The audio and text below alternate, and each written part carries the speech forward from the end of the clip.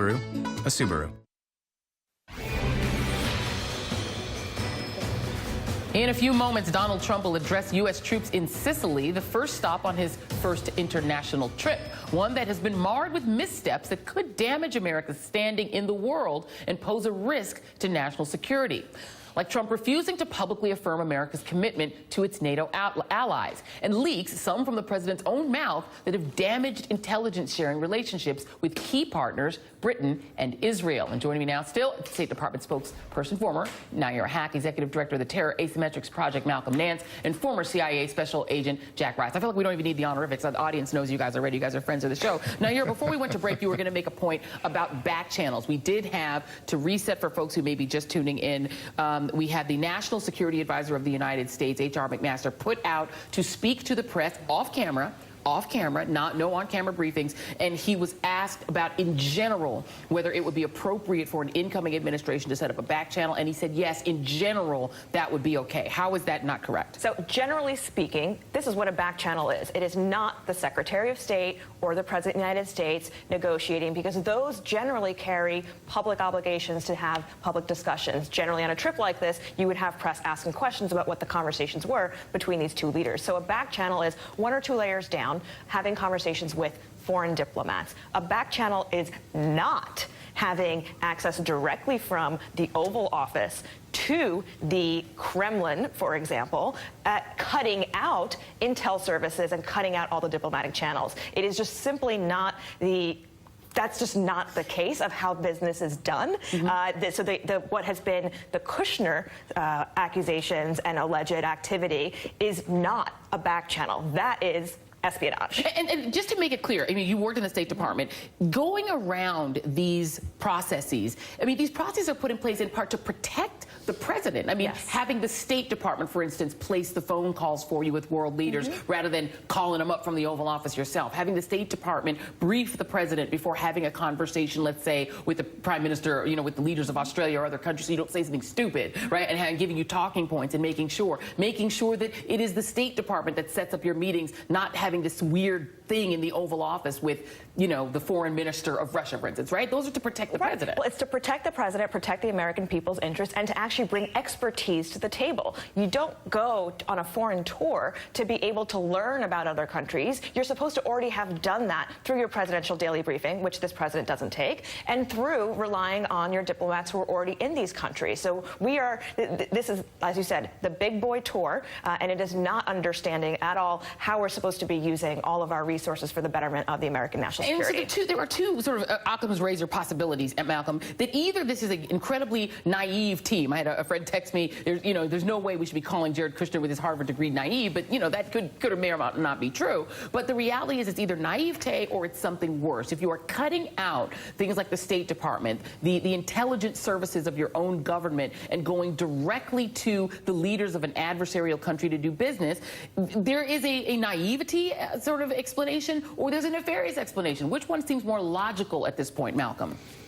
Well, let's just set aside naivety, okay? Because obviously these are adults, and these are people who would know that establishing a covert communication, and that's what the technical term is here. This is not a back channel. A back channel, as Nayyera says, is just, sending a note over. This isn't like Roosevelt sending an industrialist over to check up on Nazi Germany. This is actually asking Nazi Germany if you can use one of their ultra encryption systems to send messages directly to Hitler, to use a historical analysis.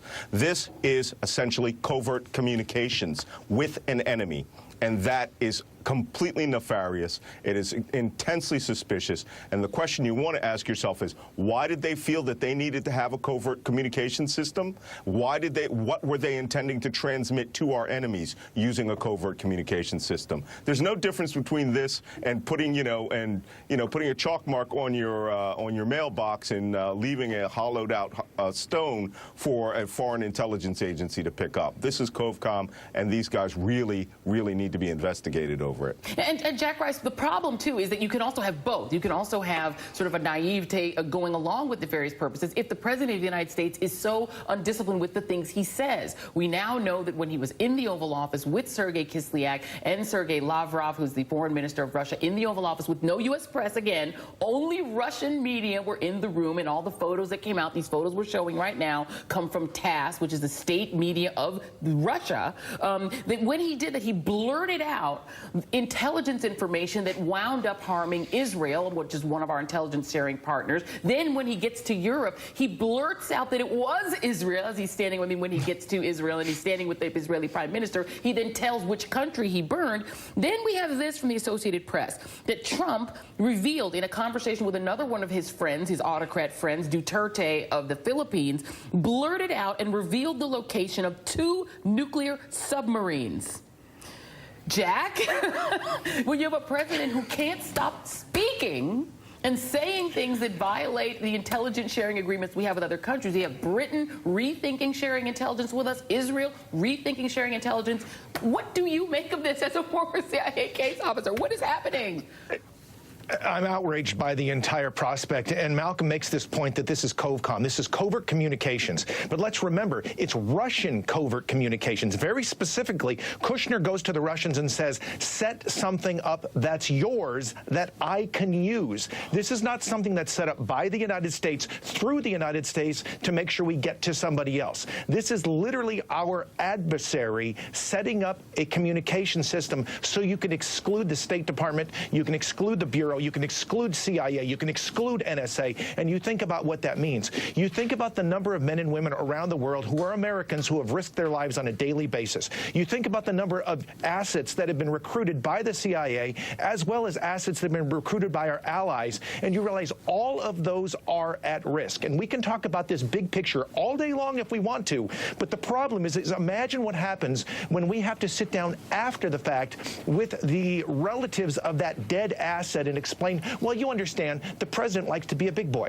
He wants to act like a big boy, and he wants to do this behind the scenes. Yeah, you think we're not outraged? You think all of us shouldn't be outraged? This is not a left or right question anymore. This is not about Republicans and Democrats. This is actually about what Americans should be doing for the benefit of America, and that's much bigger than that. And I'm waiting for the Republicans to step up and say, damn it, we can't do this anymore. Yeah, and Malcolm, that is the point. I mean, Donald Trump is going to be speaking to the U.S. troops. He is the commander-in-chief, and yet the person who has put, you know, in theory, our intelligence secrets at risk the most thus far has been him.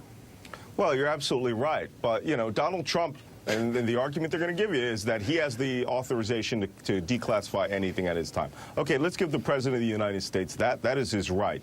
However, his staff and the ones who have all of these clandestine and now covert communications with our enemies, you have to ask yourself, and certainly the FBI counterintelligence people will be asking themselves has Russia run agents into the White House? Are they one step from the President of the United States? Do we have the greatest national security penetration in the history of the United States going on?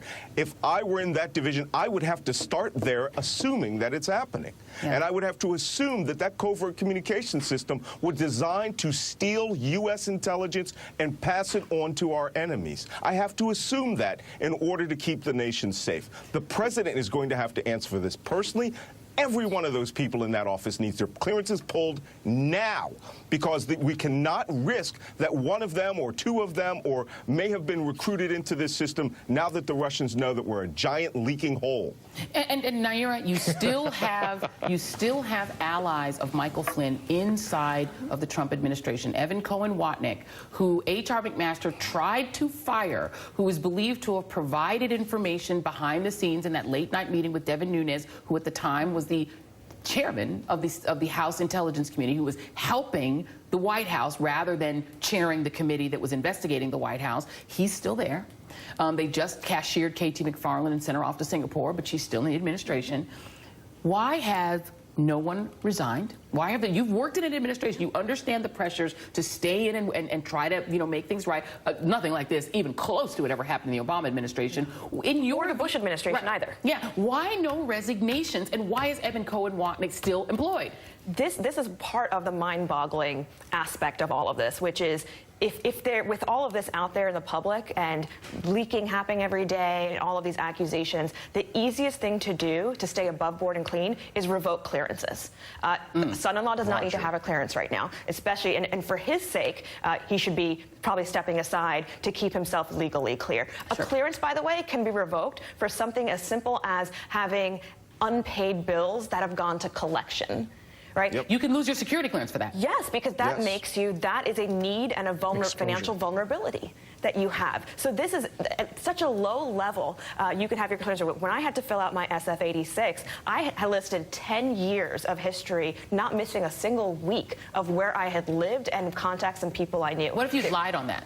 It's a criminal offense. I mean, and you have to update it. So had I had an event, say, at a foreign embassy where I was speaking on behalf of the U.S. government, I'm supposed to let them know. You don't forget these things. Well, can you go back and say you forgot and then update it? And is that okay? This is a part I don't understand, because this is such a high level. How do you forget? Everyone in town right now in D.C. seems to have forgotten meeting the Russian ambassador. No one can remember. Nobody seems to remember to meet this guy who people in town know is actually a front for the KGB. And Malcolm, you're laughing because is it possible to forget a meeting in which you yourself asked to use the Russian embassy and put him together with the president-elect? Can you forget absolutely. that? No, you can't. That's a fantastic lie. Okay, and we should be taking this seriously. I mean, it sounds amusing when we're talking here on the panel, but this isn't the. I feel that we are standing to danger right now with this situation. Everyone needs their clearances pulled in that office right now. All right? We do not know if the Russians have penetrated the Oval Office, and we have to assume that they have, because right now the Russians could have flooded the zone from December 1st till now, trying to pick up on all the other people in the office who may have worked with Jared Kushner, who may be amenable to recruitment. I don't know. And we're running out of time, but Jack, I have to give you the last word on this, because now we know that these contacts with Jared Kushner, we know this goes right up to Donald Trump's door, started last April, not last December, not after the election, during the time the active hacking was taking place. How serious is this at this point for Jared Kushner? Because it's right up next to Donald Trump. That's the difference, is before we had advisors. Kushner is not an advisor. This is not unintentional. This is not incompetence. This wasn't inadvertent. This was something else altogether different, and that's why we have to dig in. That's why we need to understand, not for left or right, for America. Yep. All right, everyone. My guests are going to stay with us. We have a big day of news, and that includes some sad news. President Jimmy Carter's national security